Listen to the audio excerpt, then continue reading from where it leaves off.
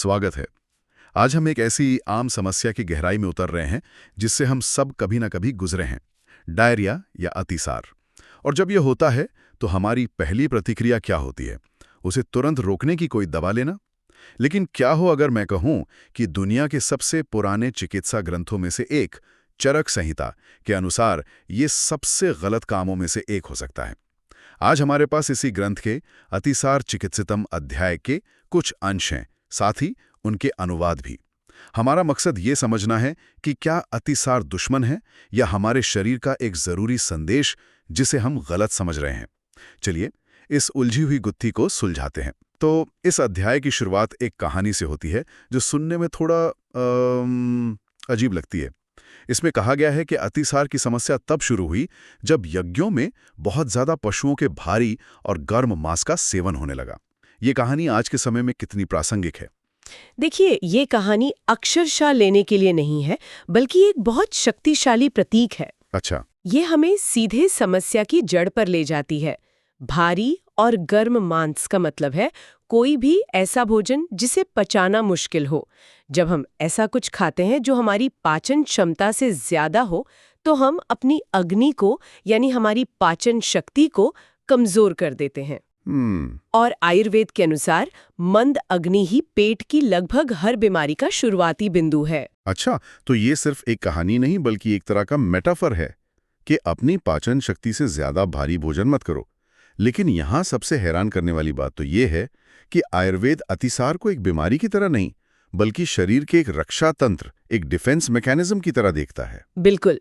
इसे ऐसे समझें कि आपके शरीर में कुछ गलत चला गया है, अधपचा खाना, टॉक्सिन्स या कोई इन्फेक्शन, और शरीर उसे जल्द से जल्द बाहर निकालना चाहता है। अतिसार उसी प्रक्रिया का नाम है। मतलब शरीर कह रहा है मुझे इस जहर से छुटकारा पाना है, और यही सबसे तेज रास्ता है। यहीं पे आम की अवधारणा आती है। आम? हाँ, आम का मतलब है वो अधपचा सड़ा हुआ भोजन जो शरीर में विषाक्त पदार्थ यानी टॉक्सिन्स बना रहा है। तो अगर हम इसे तुरंत रोक देते हैं तो हम असल में शरीर को वो जहरीले पदार्थ बाहर फेंकने से रोक रहे हैं। हाँ, हम उस आम को शरीर के अंदर ही कैद कर रहे हैं। और यही सबसे बड़ी भूल है। यही सबसे बड़ी भूल है।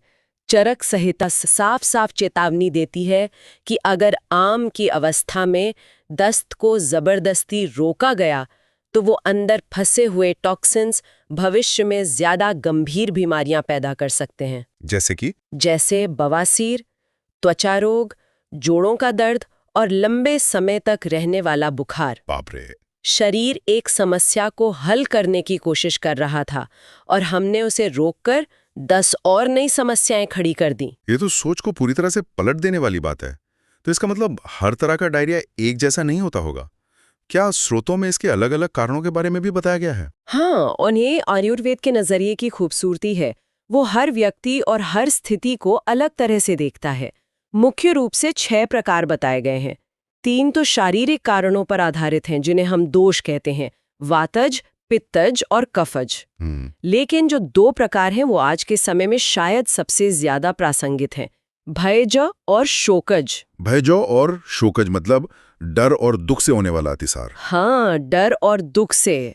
एक मिनट, डर और दुख से, ये तो कमाल की बात है। आज हम गट ब्रेन एक्सिस की बात करते हैं कि कैसे हमारा दिमाग और पेट जुड़े हुए हैं। बिल्कुल। लेकिन ऐसा लगता है कि हजारों साल पहले ही इस कनेक्शन को समझ लिया गया था। बिल्कुल, ये कोई नई खोज नहीं है, ये बहुत प्राचीन ज्ञान है। चरक कहते हैं कि जब कोई व्यक्ति बहुत ज्यादा डर जाता है या किसी गहरे दुख में डूब जाता है तो शरीर में वात दोष तेजी से बढ़ जाता है। अच्छा। इसके लक्षण भी लगभग वातज अतिसार जैसे ही होते हैं, पेट में मरोड़, गैस और हल्का झागदार मल। लेकिन इसका कारण पेट में नहीं, मन में होता है। तो फिर इसका इलाज भी अलग होता होगा? मेरा मतलब है, आप दुख से हुए डायरिया का इलाज किसी पाचन की दवा से तो नहीं कर सकते। यही तो बात है। आयुर्वेद यहाँ अपनी समग्र दृष्टि दिखाता है।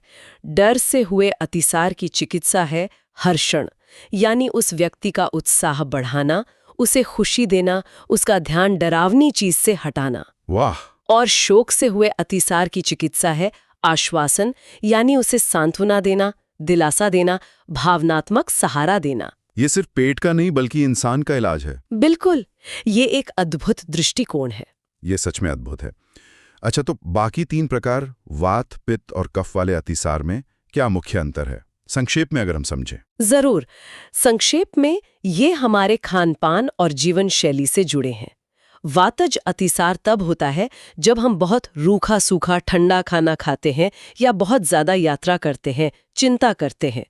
इसमें पेट में दर्द और गैस के साथ थोड़ी थोड़ी मात्रा में मल आता है। पित्तज अतिसार का संबंध गर्मी से है।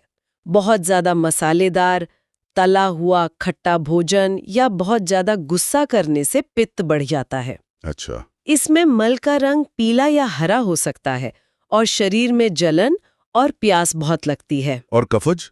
और कफज अतिसार भारी, मीठे और ठंडे भोजन से जुड़ा है, जैसे ज्यादा मीठा खाना या दिन में सोना। इसमें मल चिकना, सफेद और भारी होता है और शरीर में बहुत आलस्य महसूस होता है। ठीक है, तो अलग अलग कारणों से अलग अलग तरह के लक्षण होते हैं। लेकिन अब हम उस सबसे बड़े सवाल पर आते हैं। अगर हमें दस्त को रोकना नहीं है, खासकर शुरुआती अवस्था में जब आम मौजूद है, तो फिर सही इलाज है क्या? क्या हम बस इंतजार करें? यहाँ पर एक व्यावहारिक चिंता भी है, डिहाइड्रेशन।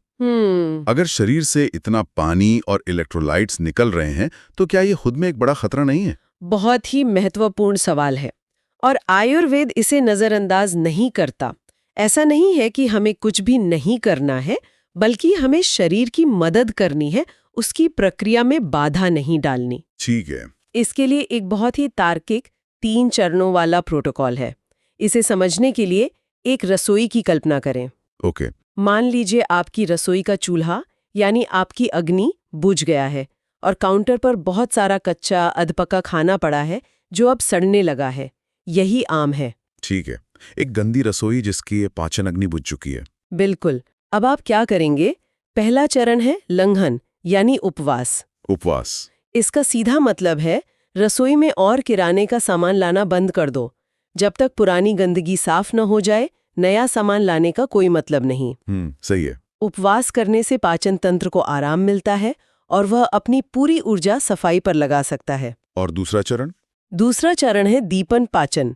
इसका मतलब है बुझे हुए चूल्हे को धीरे धीरे फिर से जलाना, यानी दीपन, और उस सड़ रहे खाने को पकाना ताकि उसे बाहर निकाला जा सके, यानी पाचन। अच्छा। इसके लिए कुछ खास जड़ी बूटियों और मसालों जैसे सौंठ, पीपली, नागरमोथा का काढ़ा दिया जाता है, जिसे प्रमथ्या कहा गया है। ये आम को पचाकर उसे शरीर से बाहर निकालने लायक बनाता है। और आखिरी चरण? और तीसरा और आखिरी चरण है संग्रहण।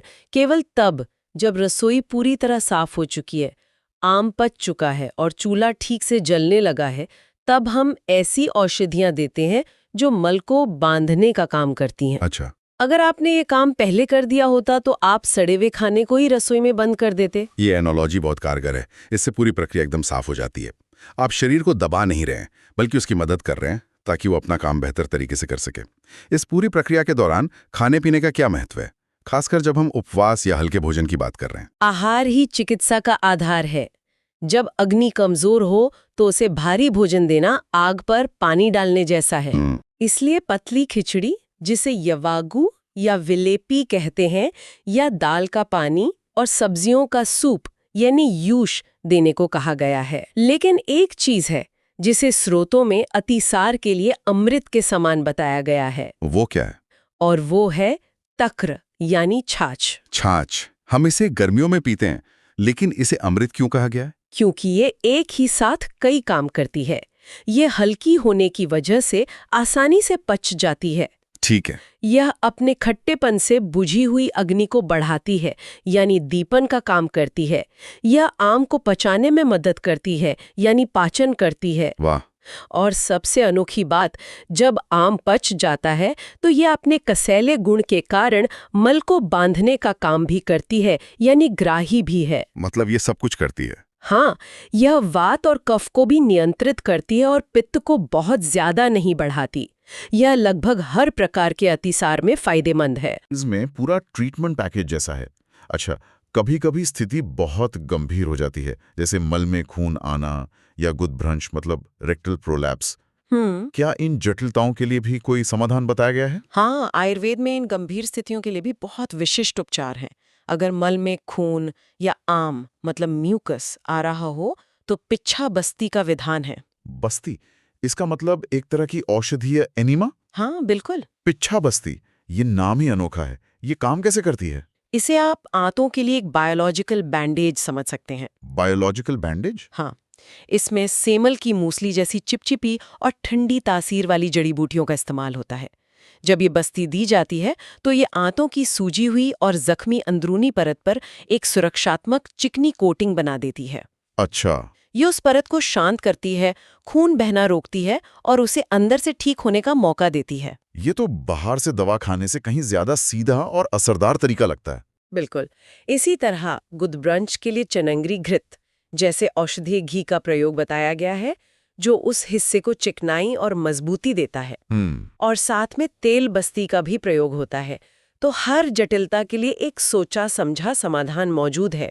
तो आज की इस गहरी चर्चा को अगर हम समेटें तो सबसे बड़ा सबक यह है कि आयुर्वेद अतिसार को सिर्फ एक लक्षण की तरह नहीं देखता। ये शरीर की एक गहरी आंतरिक प्रक्रिया है जो हमारी पाचन शक्ति, हमारे भोजन और यहाँ तक कि हमारी भावनाओं से भी जुड़ी है। सही कहा। ये ज्ञान हमें शरीर के संकेतों का सम्मान करना सिखाता है। हर अलार्म को बंद कर देना समाधान नहीं है। कभी कभी हमें ये पूछने की जरूरत होती है कि अलार्म बज क्यों रहा है। शरीर को खुद को साफ करने का मौका देना और इस प्रक्रिया में सही आहार और औषधियों से उसकी मदद करना ही सच्ची चिकित्सा है। हम आज की चर्चा को एक विचार के साथ समाप्त करना चाहेंगे। अगली बार जब पाचन से जुड़ी कोई समस्या हो तो सिर्फ ये सोचने के बजाय कि इसे कैसे रोकूं, क्या हम एक पल रुककर ये सोच सकते हैं कि मेरा शरीर मुझे क्या बताने की कोशिश कर रहा है? मेरी पाचन अग्नि किस वजह से कमजोर हुई है? क्या ये मेरा भोजन है, मेरी जीवन शैली है या कोई मानसिक तनाव है? शायद जवाब उसी सवाल में छुपा हो।